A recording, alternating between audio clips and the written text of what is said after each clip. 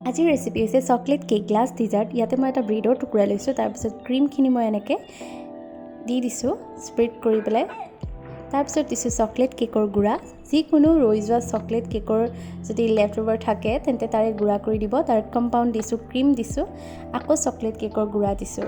তাৰপিছত গোটেইখিনি আমি ফ্ৰিজত 10 মিনিটৰ কাৰণে ছেট হ'বলৈ দিম। আৰু তাৰ পাছতে আমাৰ আজি chocolate cake glass desert ready হৈ গৈছে খাবলৈ। একেবাৰে সহজ, যেতিয়াই তেতিয়াই বনাই খাব পাৰে। ঘৰত এবাৰ ট্ৰাই কৰি চাব। যদি আজিৰ ভিডিঅ'টো ভাল লাগিছে লাইক কৰিব নাপাহৰিব, শ্বেয়াৰ কৰিব নাপাহৰিব। Bye bye.